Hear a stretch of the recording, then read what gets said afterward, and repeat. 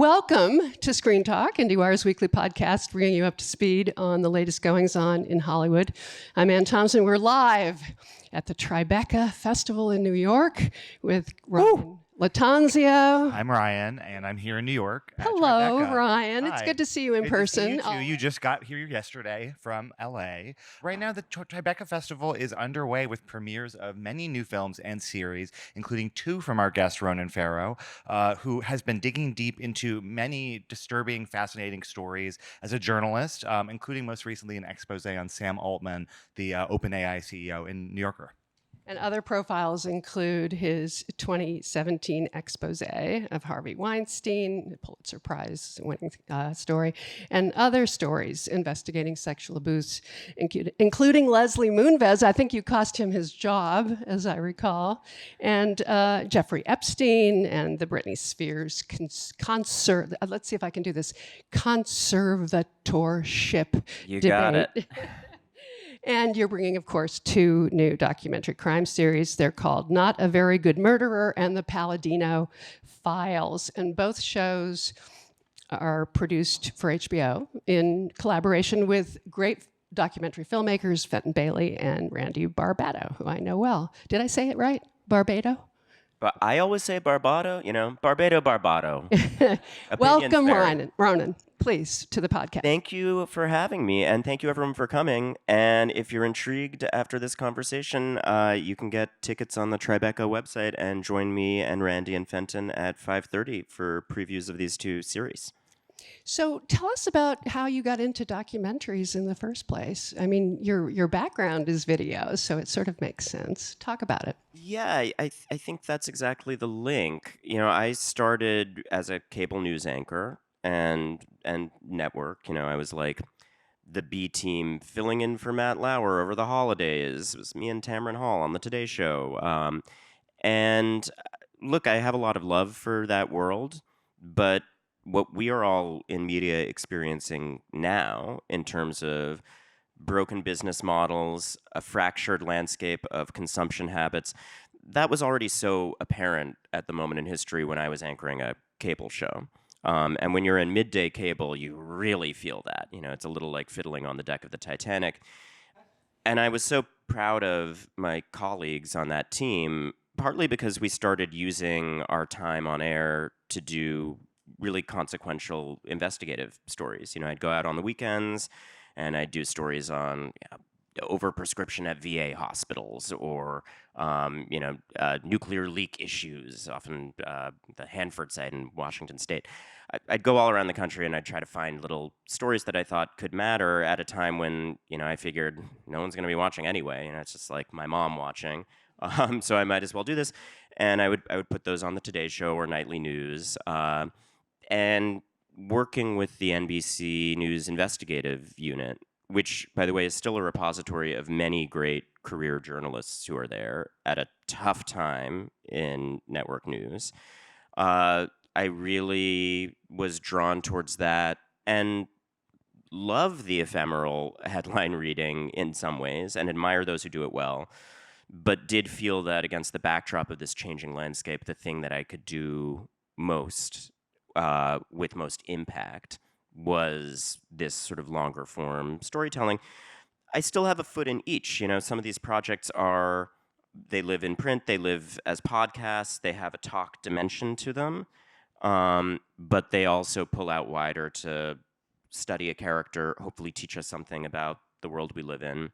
And the transition to this multi-platform approach happened naturally. My hand was somewhat forced because I was working on a big investigation. My network didn't want to do it. It was a whole thing at the time. This was Harvey. This was the Harvey Weinstein story. And other journalists have since reported out what happened there. And Rachel Maddow looked at it. Ken Auletta did a book where he looked at this and documented the conversations that happened between, Harvey Weinstein and some of the executives at NBCU at the time, a lot of whom are gone from there now.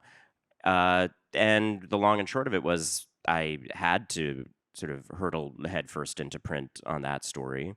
And at the New Yorker. At the New Yorker. And, I love the New Yorker and what it does in our country so dearly and the people there so dearly. And there is still a unique power in working in print too. So now very often I will appraise a story for its potential across these different formats, which both is creatively what I want to do. You know, we were just talking a little bit about when I'm working on a documentary, I'm fine tuning with whatever filmmaker and collaborators I'm working with, the image, the sound, using all these different approaches to storytelling in a way that feels just as integral to me as the writing, because I'm also then writing the scripts.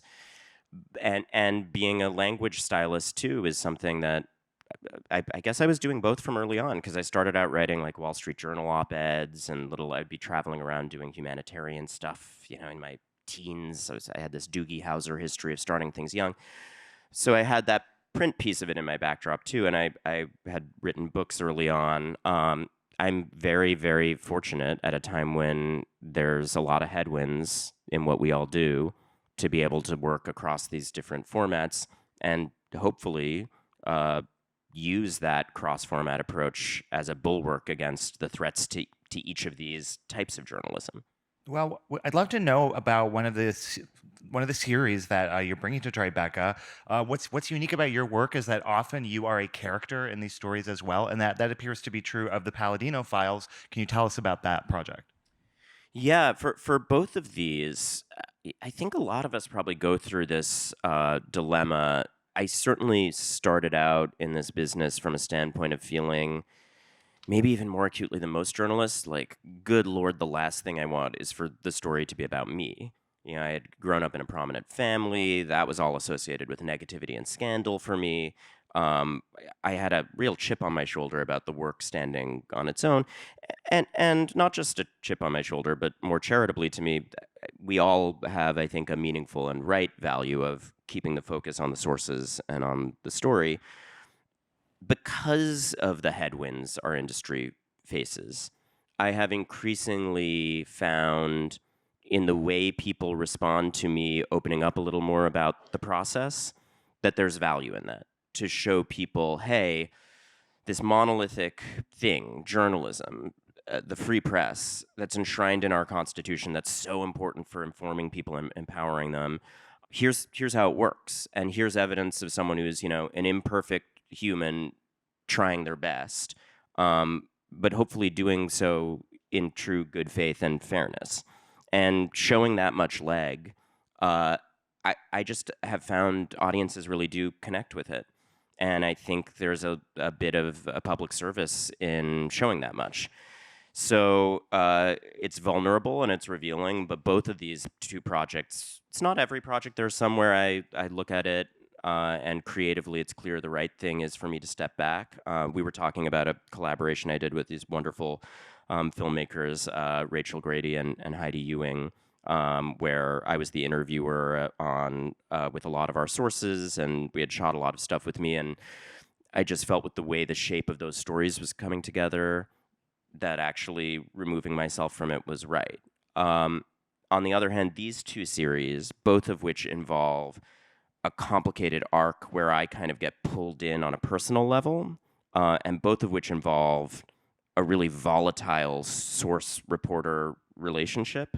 At the heart of it, for both of those, it actually felt like it elucidated really meaningful things about journalism in this country to show all of that. So in the Palladino Files, it originates from one of the weirdest calls I ever got in my career, which is back during the pandemic.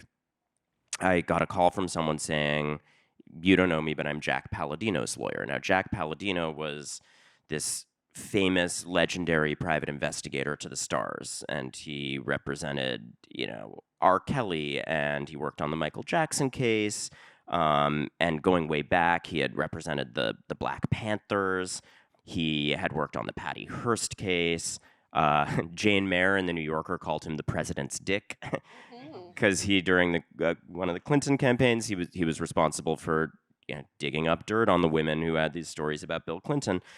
So he had this kind of storied career, and actually had been in a kind of adverse posture towards me in life. He was hired by Harvey Weinstein late in his career, to look into who my sources might be, to look into who was reporting on that story about allegations of abuse by Weinstein. So he was one of the PIs essentially digging up dirt on me. And when I was reporting on that story, was able to publish dossiers he'd compiled, email traffic from inside his company, and it became a part of his legacy. When he died tragically, the obituaries all led with that. This was this storied PI who in the end was working for bad guys. So not a lot of love there, and he dodged my comment requests at that time. So I did not expect to get this call saying, I'm Jack Palladino's lawyer. He's been brutally murdered, which I also at the time had not known. And it turns out before he had died, late in his life, he had contacted his lawyer and said, look, if anything happens to me, I have this grudging respect for what Ronan did on the story. And could you enlist him on helping with what I was working on at the end? You can't make this shit up. Well, I saved the voicemail and said, well, that'll be a documentary trailer. And lo and behold, what's fascinating about this, and this goes to why I'm a character in it on camera too, in this case, is that I did develop a kind of posthumous relationship with Jack. His legacy is complicated, and the legacy of private investigation in America is complicated. It felt like a meaningful opportunity for me as someone who has reported on so many stories where money and politics and private espionage can really shape the outcome, to look at these issues of privilege in the criminal justice system through the lens of Jack's career. And he, I don't demonize him in this. Quite the contrary. Those early years of in the 70s, he's working for the Black Panthers. He was representing indigent clients who, otherwise wouldn't have access to, a fair case. He really started out very idealistic. And there's an amazing saga of him building a business that kind of helped define the playbook of modern private espionage with his wife and business partner, Sandra Sutherland. They had this firm, Sutherland and Palladino. They met actually while they were both separately undercover in the prison system, working a case. And they fell in love, and they were very glamorous and romantic, and the archival footage and photos of them, it's incredible. And at the heart of it is also a relationship that develops over the course of the series between me and Sandra, who's grieving and a little annoyed with me that my reporting torched her late husband's reputation in a way. But in the end, we both are invested in figuring out what happened with his death and the strange case that emerged around his death, which I won't spoil for you now. But looking at in the present day at what happened to Jack Palladino did also reveal, I thought, some meaningful things about, again, the criminal justice system.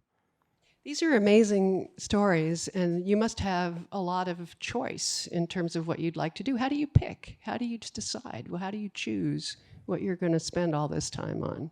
Well, we're all, as journalists, just so lucky anytime we get a lead that's meaningful, doubly so if it's a lead that feels both meaningful and like it has a human component that people are going to be moved by. These two became the series that they did because out of the many, many, many things that I work on, things that I've appraised for potential, they had all of that and then some. They're both really stranger than fiction stories with really complicated relationships and people at the heart of them. I think that's a through line. I increasingly, when I make those decisions, of course I'm thinking about the things all of us think about as reporters. Is it going to reveal something that is not just new, because I think actually our industry puts too much of a premium on like what's new and how can we advance, but revealing, and something that has both a revealing granular mystery in it that I can help elucidate for people, and also hopefully revelations about the systems and world around us.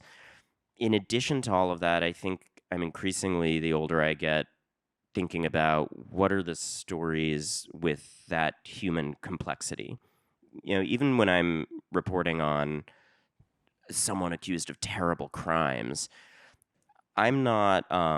I think there was like a period of a few years where it was a running joke at every awards show or correspondence dinner, or a comedian would get up and say, like, "I bet you're all glad Ronan Farrow's not here." I'm not that bad a party guest, you know. Uh, but the truth is, my experience of even those kinds of stories that involve allegations of terrible misdeeds, it's not a takedown relationship. Actually, the opposite. In those cases, I feel this tremendous burden of empathy. I understand, someone may have committed terrible crimes, but also they're suffering in the process of being caught. I understand the effect on their family. I feel an intense responsibility to, in the part of the reporting that's about the portraiture of that person, capture their complexities. And so these two documentaries that we're previewing here are both series that really live in that space of shades of gray and human complexity. They're both about central figures who, have their foibles and their sadnesses and their desires and their difficulty in their relationships with me. And both of them therefore involve like self-searching on my part too, because it brings up personal questioning. So I look for that, I think. I look for the complexity now. Well, the other series is called Not a Very Good Murderer, and that actually began as a podcast. And you see the podcast to the true crime or limited series pipeline, like that's a recognizable pattern. But tell us a little bit about that project and what it's like to go back to something that you had reported on already via the podcast. Well, it's actually not so much that I went back to something that had been a podcast. I think when I get a lead, I'm always engaged in the thought process of what format does this make sense in? Where is it going to be powerful to tell this story? Is this a very visual story? Does this have audio components that are going to make it suited to being a podcast? These two happen to be ones that really just had everything going on in terms of the emotion and the mystery, my role in it, and how fraught and difficult it was for me over the course of there's an arc to both of them. So they felt like they deserved to live in long form in multiple places that could tell multiple different versions of the story. So both of them were developed as both podcasts and TV shows from the beginning. Some of these also I'm developing even as like for print and podcast form and for television from the beginning. I've done that. And I try to be very thoughtful. I'm fascinated by the interlocking puzzle pieces of like true transmedia projects. I'm a giant nerd, so I'm fascinated by what like George Lucas did with his Star Wars prequels era, which was polarizing and kind of maligned at the time. I feel like now people my age coming of age have more appreciation. Maybe not this crowd. but he did Jar Jar Binks. Okay. Well, there's that critique. He did something that was kind of very political and dry and interesting, I thought, or challenging, considering the genre.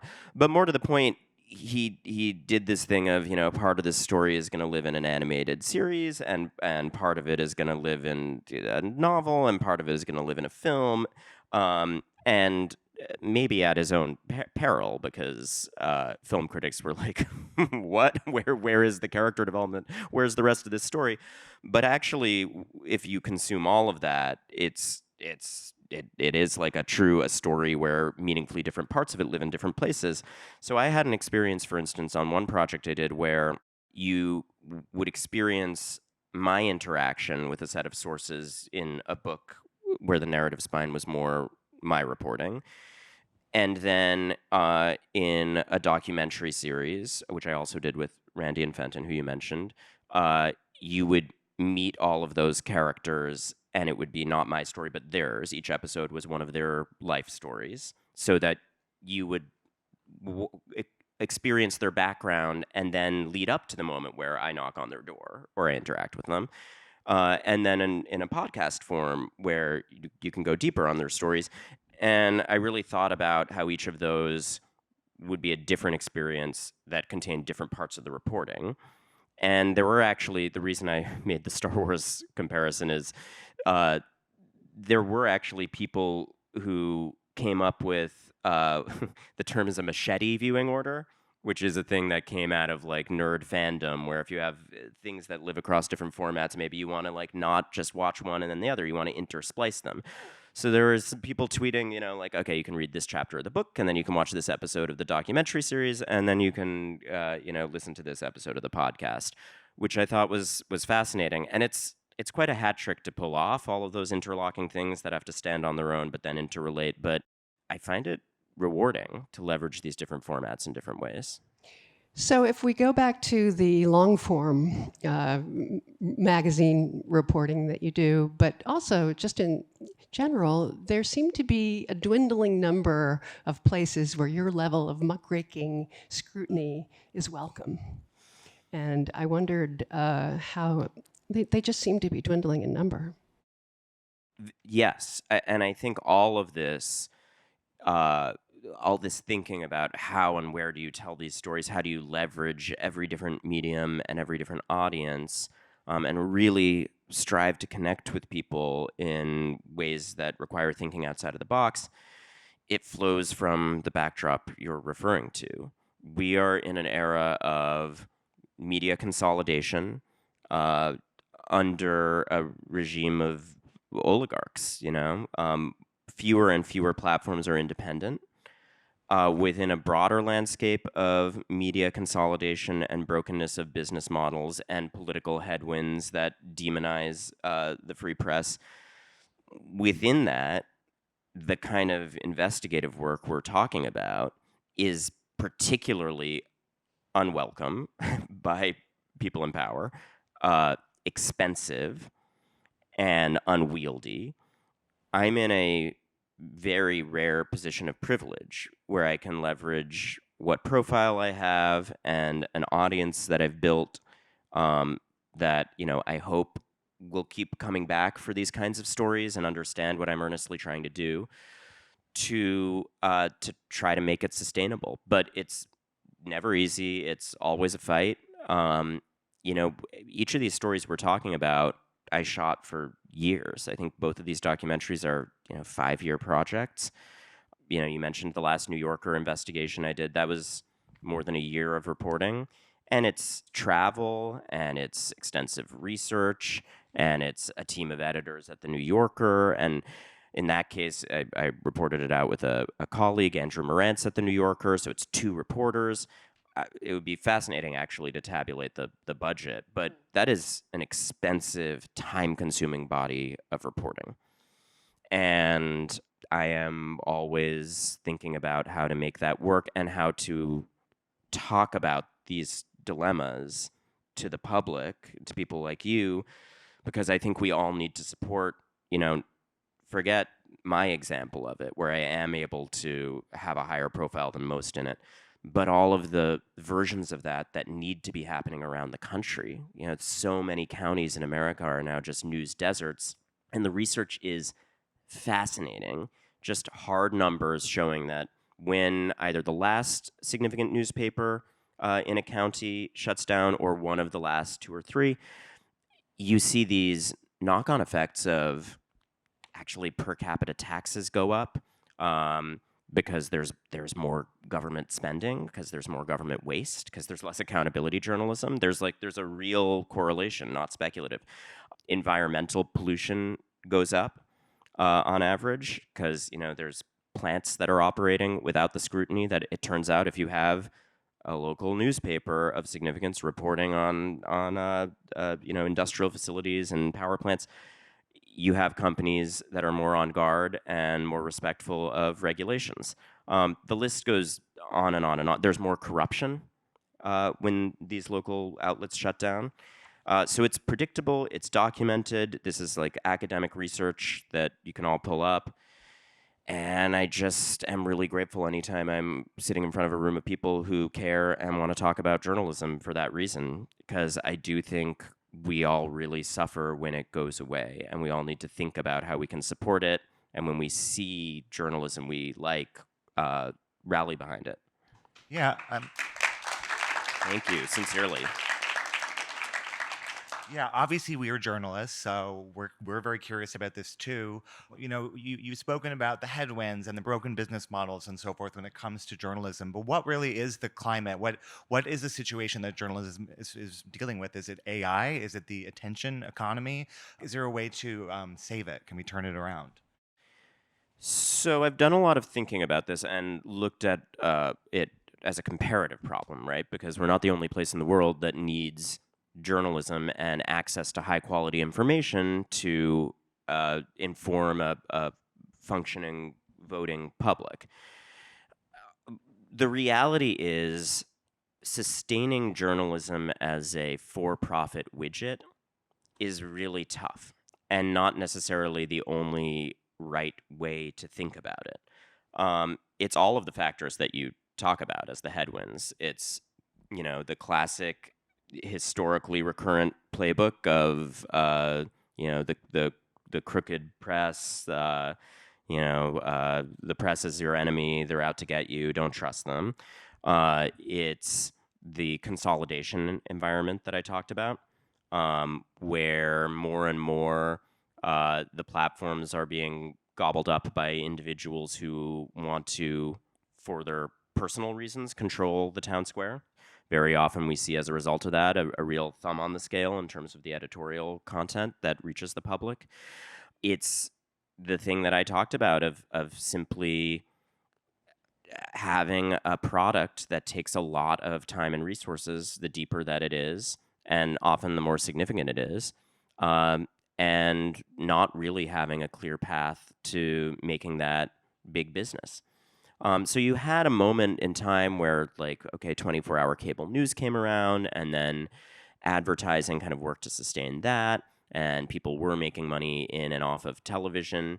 That soured in various ways. I mean, it led us down the path of hyper-partisan commentary eclipsing serious reporting in the world of television news, which in turn was fertile ground for some of the critiques and some of the demonizing of the press.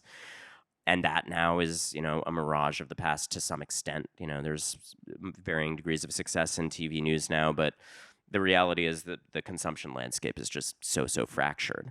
I think if you look comparatively, there are places around the world where the NPR model, the public broadcasting model, does work. And where, in places like Canada, Germany, Norway, you can look more deeply into the examples, but you have had success in government subsidies with structures in place to ensure independence editorially. So you don't wind up with the thumb on the scale. Of course, that's perilous. It has to be done right. But I think versions of that can work. And unfortunately, we're in a moment where we're seeing exactly the opposite trend line. We're seeing the cutting of government spending that could go towards meaningfully getting information to people. And I would argue that is for a clear political reason and something we should all think about and worry about. A model like the NIH, where you have a grant-giving organization subsidized by taxpayers, and specifically, by the way, you mentioned the AI and social media problem. I would argue that is an imbalance that needs to be redressed, right? When we talk about public subsidies and getting that from taxes, I'm thinking specifically of taxes on the companies that are profiting off of all of our news gathering. Right now, we are living in an environment where anytime I put in the work on a story, I am causing profits for, Zuckerberg.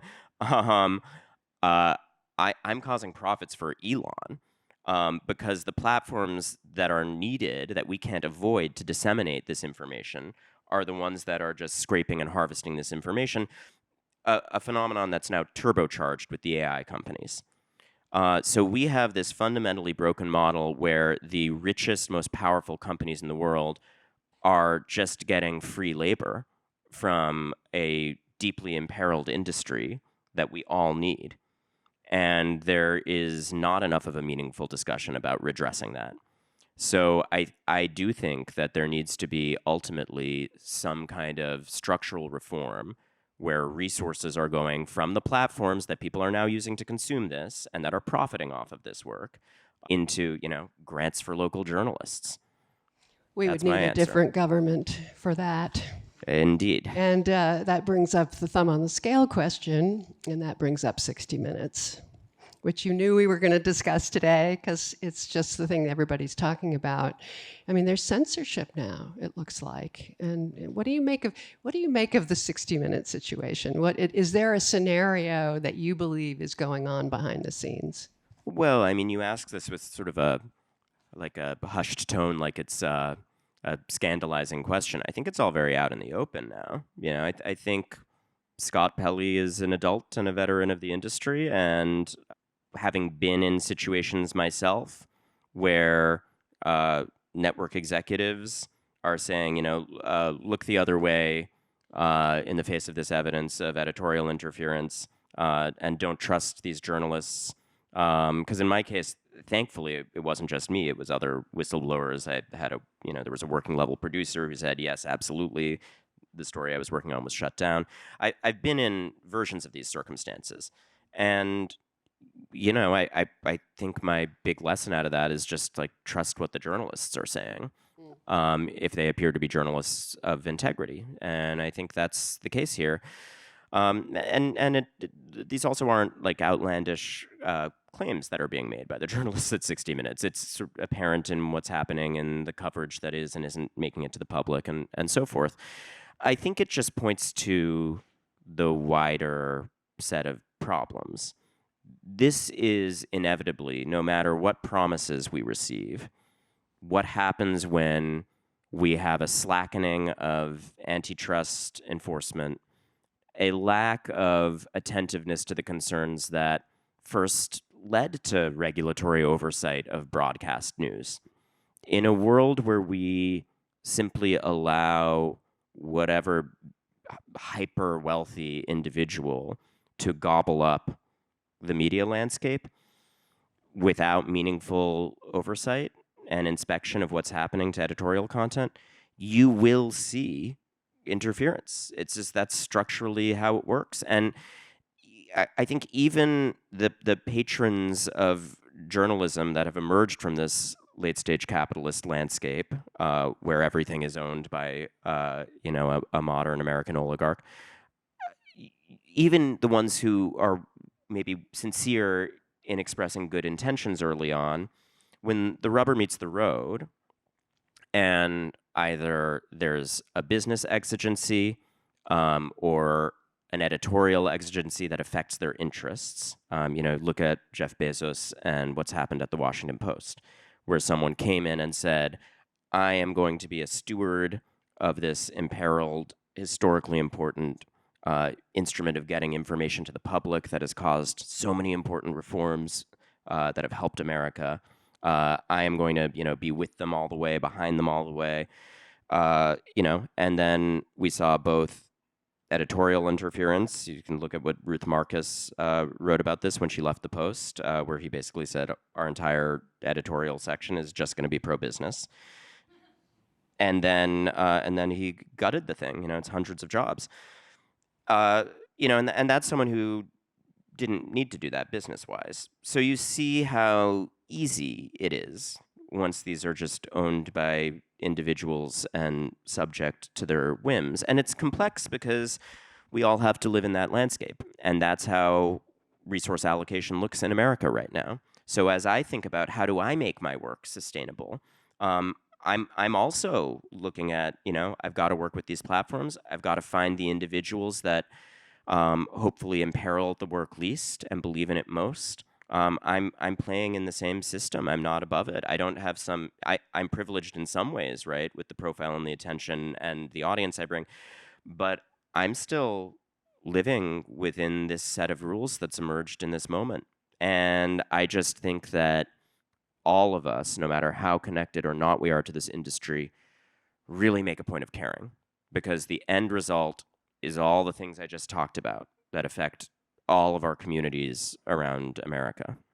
Well, for the Sam Altman piece, you spent I think 18 months on that or something. And I know you interviewed him 12 times. You did dozens of other interviews. So you come away from that as you have to have some kind of takeaway about AI, being the authority on the reporting of it that you are. What should we be most concerned about when it comes to AI? Well, if you'd like to read 16,000 words of my answer to that question, subscribe to the New Yorker. And by the way, serious point, truly do subscribe to outlets doing investigative journalism. Support ProPublica, support the New Yorker. Anyone who is having thoughtful conversations about issues that affect us, and this is one of them, so thank you. Please support the platforms. The short answer is a long list of concerns. I am not sort of a partisan on this. I'm not an AI doomer. In that body of reporting and other reporting I've done, I appraise skeptically the kind of AI doomers and the critiques that they get, that they're being histrionic or overstating the concerns. That said, I think it is undeniably a problem that we don't have solutions in place in response to, that the people building the technology tend to be the ones most loudly saying, this is dangerous. On multiple levels, right?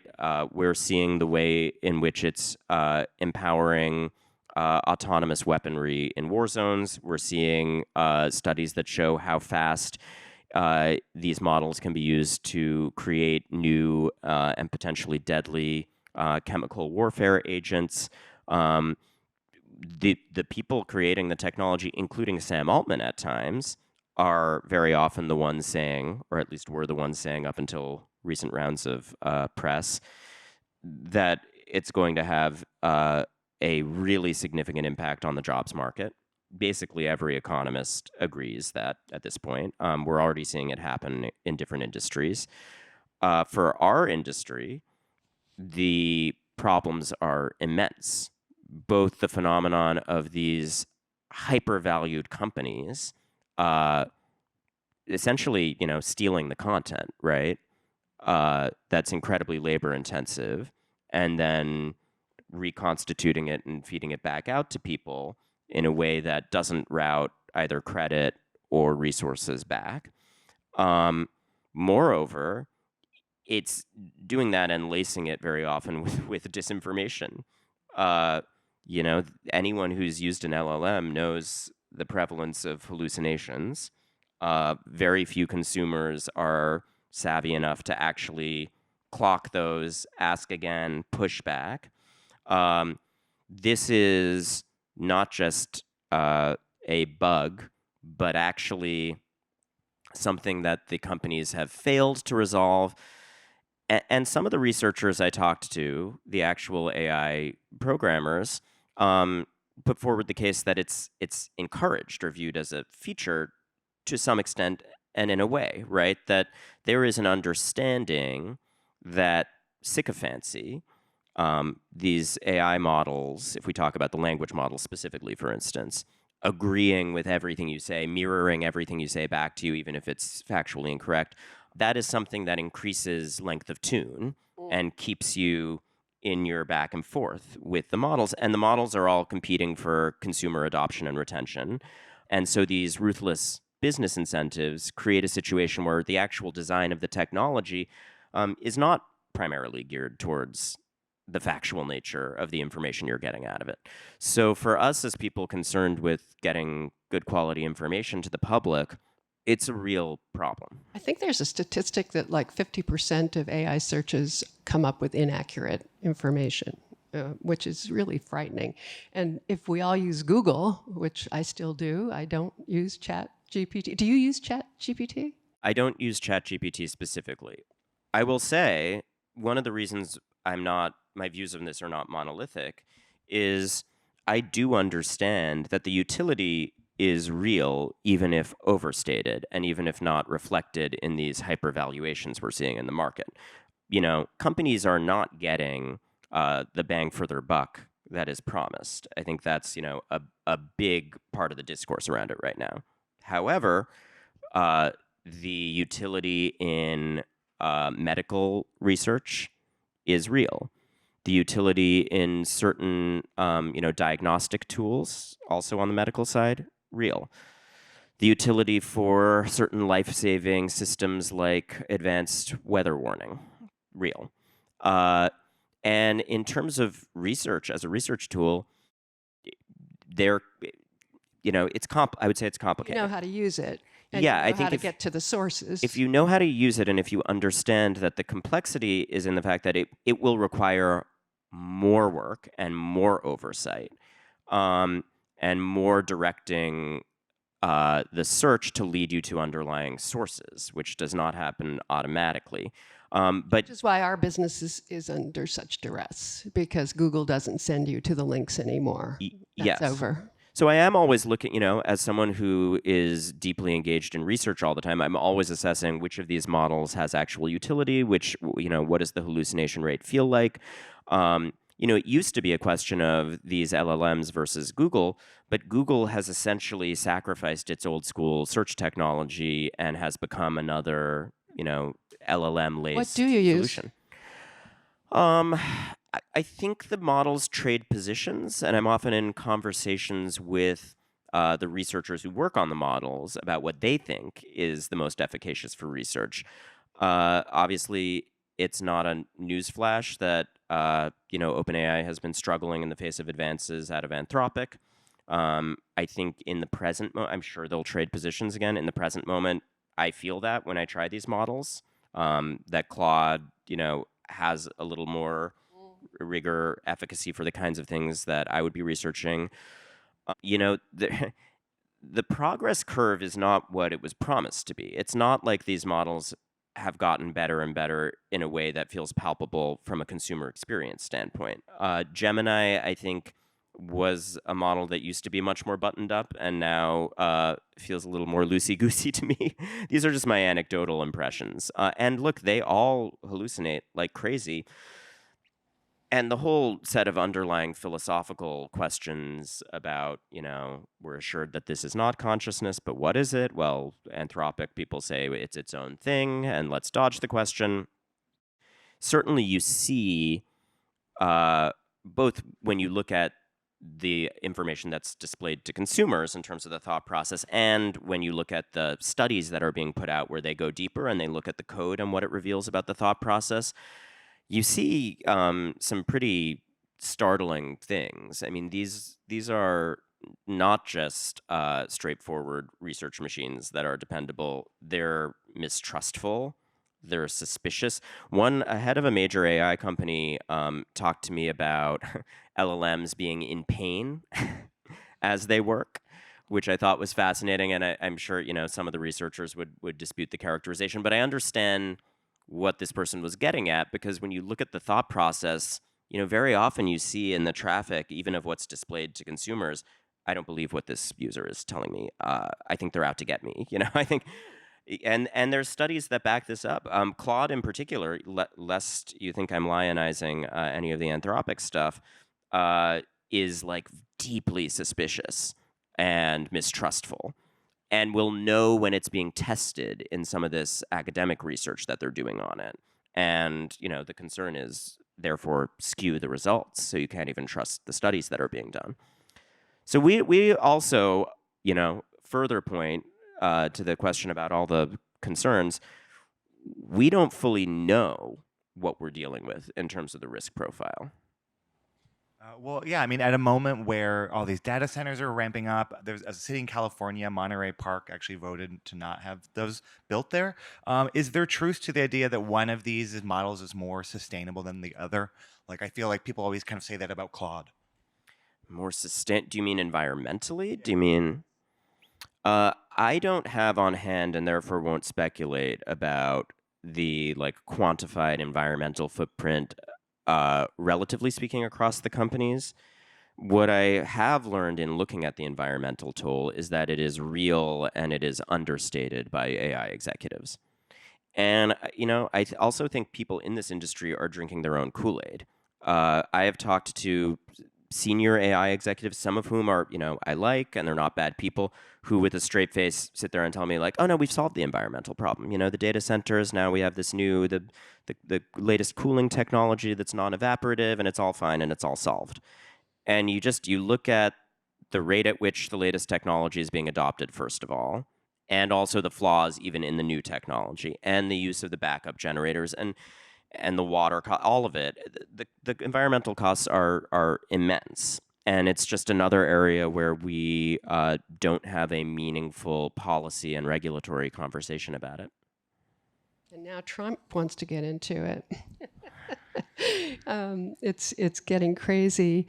But the forces of falsity have taken over the universe. How do we combat that? How does misinformation get turned into something that can be reliable? How can we do that? Do we teach children?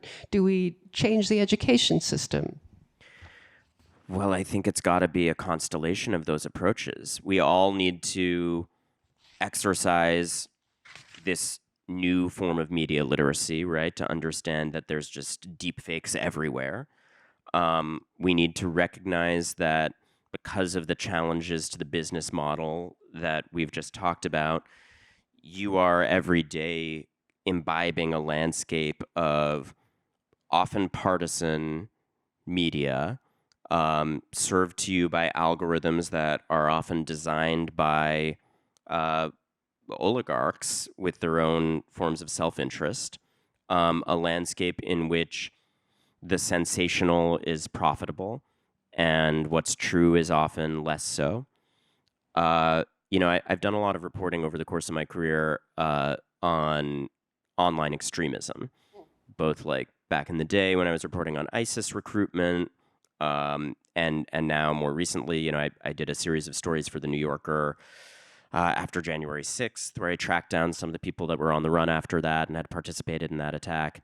And very often what you see in those stories is the algorithms from these tech titans and the social media companies they run just serving people more and more radicalizing content, because what keeps you scrolling is anger.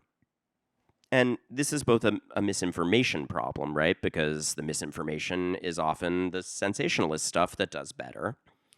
And it's also a fundamental problem about how we connect with each other. We're living in a landscape where everyone is in their own siloed algorithmic bubble. They're getting fed stuff that reinforces their views and doesn't show them any facts that might challenge that. There's good academic research on this too, the way in which this fractures communities and fractures our ability to have conversations with one another across lines of disagreement.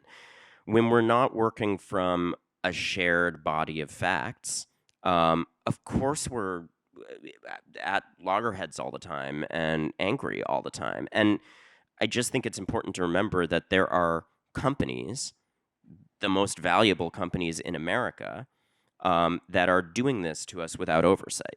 This is not like just some accident that happened. Like these are algorithms designed to feed us stuff that makes us angry and keeps us scrolling.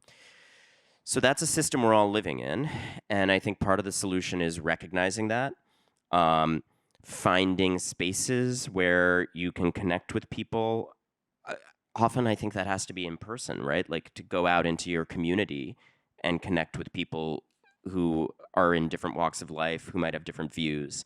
Find real community against the backdrop of technological forces that are keeping us apart from one another.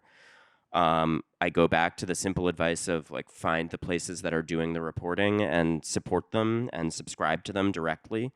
I think that media literacy, as you mentioned, that's a big part of it. We've got to teach our kids, like you're going to see a lot of fake stuff. You're going to see outrage bait everywhere. Try to cut through it, try to probe deeper, try to ask critical questions. I think that it's not an accident that over the course of history we see versions of this even before these technological tools that so aggressively empower it. The phenomenon of keeping people isolated, divided, and discouraging critical thinking, that's old, and you see it at predictable moments in history. And you also see the power of the human spirit to surmount that. So I do, in the audience that I have found around the investigative reporting I do, I I have found hope because I think people do care. I think they do want earnest attempts to render people with all their complexity, to render facts with all their complexity, to tamp down on sensationalism. And I think for those of us in the business, we just have to do our damnedest to keep working in those directions. I'm curious, what are your own news consumption habits? Who do you trust? Well, I just gave you that sermon about the tragedy of the Washington Post, but I do still have push alerts from the Washington Post. I read them. Yeah, interesting. I do too. I do find like their political reporting is some of the more sober. I also do regularly check the BBC. I think NPR has great news coverage, even with all of the challenges that it's faced lately. Love ProPublica on the investigative side pretty consistently, and the Marshall Project. Yeah, and I really do love and admire the New Yorker. Wall Street Journal is also an interesting one where, on the editorial side, there's such a thumb on the scale, obviously, but they do have, excellent business and tech reporters, especially, and they do wonderful work there. So it's a mixed bag, but I also do have those push alerts, and I do check them regularly. Do you trust the New York Times? I trust and admire a lot of reporters at the Times. Yeah, I think they do terrific, incredible work, not infrequently. That's a good answer. You've been wonderful. Thank you Thank so you. You've been wonderful, and you've all been wonderful. Thank you. On the one hand, I feel somewhat depressed by what you've been saying, but on the other hand, I also feel inspired because you're fighting the good fight, and that's what we all have to do. I already was depressed, so it's actually it was heartening for me. We'll get you on the right prescriptions, and I do. I'm glad you said that about feeling inspired too, because this was a bracing conversation about the challenges, but we are here at a film festival that is showing documentaries that have meaningful investigative work in them. I'm in this incredibly fortunate position of premiering these two shows and working on more after that are like deep, long-form investigative work, and hopefully also really entertaining. Come tomorrow. And we're all sitting here having a conversation where I think we all care about this deeply. So I go back to the point I talked about before. I have found through this work, not just in the inspiration I get from the sources who still become whistleblowers even in this environment and know that it's important and put things on the line for that, but also in the audience that supports that and supports those sources. I am not pessimistic. I think we got to talk about the problems, but I really believe in our ability to confront them together. Thank you, Ronan. Thank you. Thanks, guys.